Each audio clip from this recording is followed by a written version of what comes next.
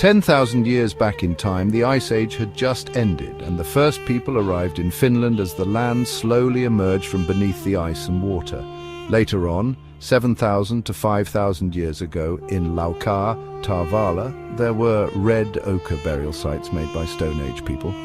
According to general understanding, modern humans left Africa only about 70,000 years ago, during the peak of the Ice Age. However, humans already lived in Europe at that time, known as Neanderthals. The name originated from the discovery of the first skeleton in 1856 in Germany's Neander Valley, Neanderthal in German. Initially, it was thought to belong to a Cossack who had strayed there during the Napoleonic Wars. However, this view soon shifted, first to seeing Neanderthals as primitive ape men and later as unintelligent prehistoric humans. Neanderthals were more robust and muscular than us, but slightly shorter, partly due to their shorter legs, which conserved heat in cold climates. Their appearance did not align with modern beauty standards. They had sloping foreheads, broad and large noses, prominent brow ridges and coarse facial features resembling the stereotypical caveman.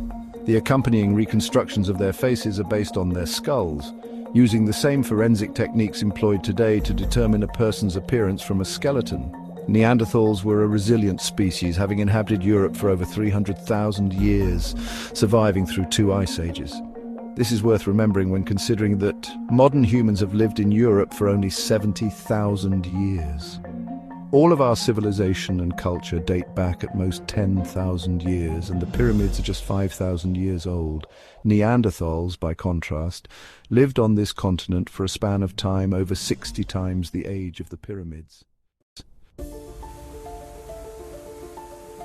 Our understanding of Neanderthals has changed dramatically over the past few decades. It was discovered that Neanderthals had larger brains than us, although brain size alone does not directly correlate with intelligence. They hunted large game, such as mammoths, using risky thrusting spears, as bows were unknown to them. They mastered the use of fire and buried their dead in ways that suggest religious thought. Evidence of social life and emotions can be seen in their care for the elderly and the sick. It seems they also had some sense of music, as evidenced by a flute made from a bear's bone found in 1995 in Divje, Slovenia, estimated to be over 50,000 years old. Furthermore, it has been discovered that Neanderthals created some form of cave art, although the meaning of these drawings remains undeciphered. Recent findings even suggest that Neanderthals could dive to depths of 4 meters and navigate short distances on water using some kind of vessel. The real shock came in 2010 when the Nobel Prize-winning scientist Svante Pääbo sequenced the Neanderthal genome. Before this, the prevailing belief was that Neanderthals had gone completely extinct thousands of years ago. The surprise was that Neanderthals were not an entirely separate species, but had interbred to some extent with modern humans.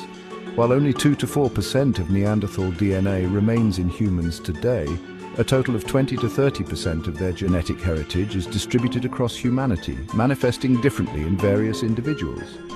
Some traits commonly associated with Neanderthal genes include green eyes, red hair, and fair skin, although this has been debated, as skin color likely depended on their living environment. Additionally, Neanderthal DNA is linked to strong immune defenses, providing better resistance to viruses.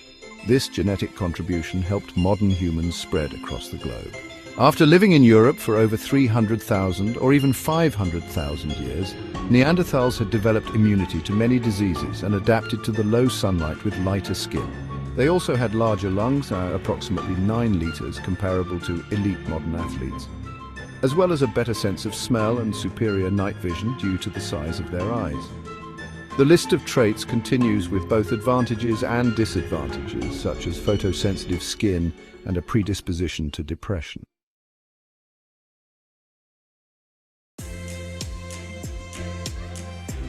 But could Neanderthals have lived in Laukaan as well?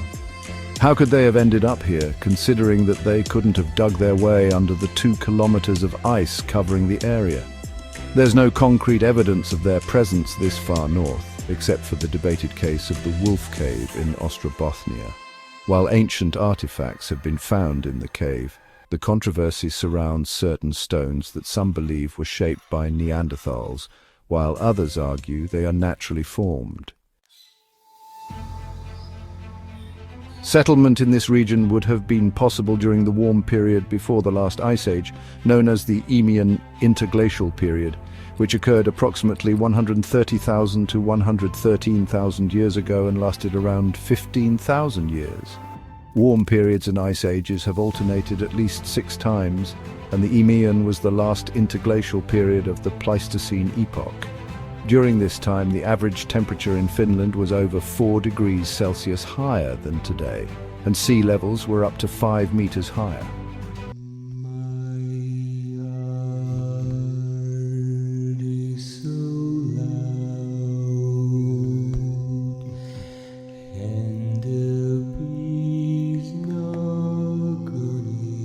Much of southern Finland was underwater, and the Baltic Sea was connected to the White Sea. Mixed forests extended as far as the Arctic Circle, with coniferous forests beyond that in Lapland. The Eemian period lasted 12,000 to 15,000 years, roughly the same duration as our current warm period, which began 12,000 years ago and has seen the development of all human civilizations, from Sumer and Babylon to space exploration.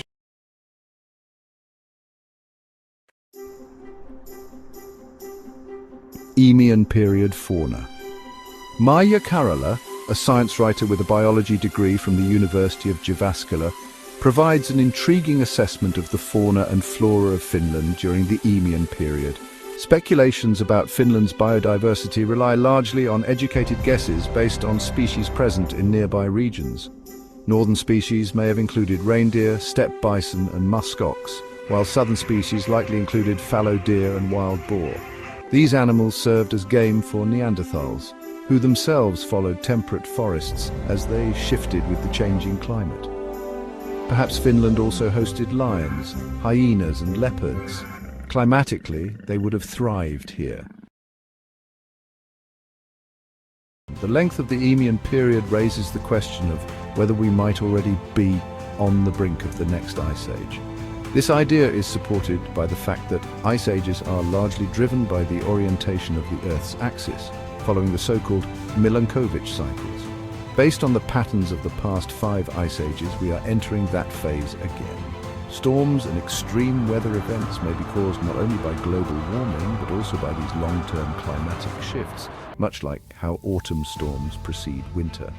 Winter never arrives all at once, but unfolds in stages over months. The same applies to ice ages, which announce their approach through signs, but may take a long time to fully settle.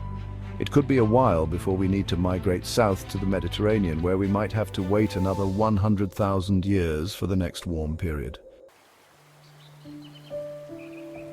Living now in what might be the November of our climatic cycle, we can reflect on the impact of the last ice age. It crushed Finland's bedrock, reshaping it dramatically. For instance, Koli Rock Mountain, the highest remnant of the ancient Karelian mountains, was eroded by successive ice ages. The massive, up to 3-kilometer thick ice sheets compressed the land beneath and ground the bedrock into sand. As the ice began retreating northward, it created ridges in areas where it paused temporarily. Any soft soil that existed before the ice age was wiped away, and new soil was formed only after the ice retreated. The question remains, if Neanderthals did wander into this area, where could we find traces of them? To search for such evidence, we would need to explore places that were protected beneath the continental ice sheet, such as caves in the bedrock. These caves in Finland are generally modest in size, but they do exist.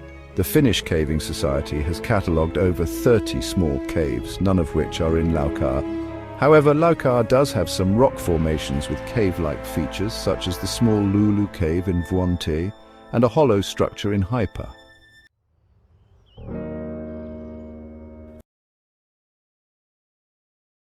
Forest trolls and goblins.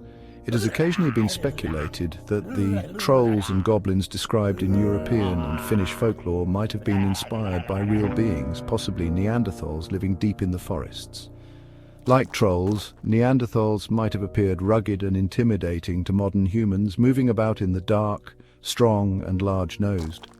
Trolls in stories were feared for their ability to smell humans and for occasionally eating people, a behavior faintly echoed by archaeological evidence of Neanderthal cannibalism. Another mythical being, the Hiisi, has also been compared to Neanderthals. The term Hiisi has had multiple meanings throughout history. In Finnish culture before the advent of Christianity, it referred to sacred groves or burial grounds. As Christianity spread, these old sacred sites became more remote and associated with wilderness, and the word Hiisi began to evoke fear and take on new meanings. Place names with Hiisi are often found in areas where folk traditions tell of a foreign, possibly hostile hunting population inhabiting the forests. In ancient times, Finnish populations were divided between agricultural communities along the coasts and forest-dwelling peoples in the interior. The Hiisi were thought to have lived in areas now inhabited by humans. The spread of human settlement and disruptive behaviors pushed the Hiisi into ever more remote areas. According to tradition, the Hiisi avoided human contact, retreating into wilderness regions as people expanded their territories.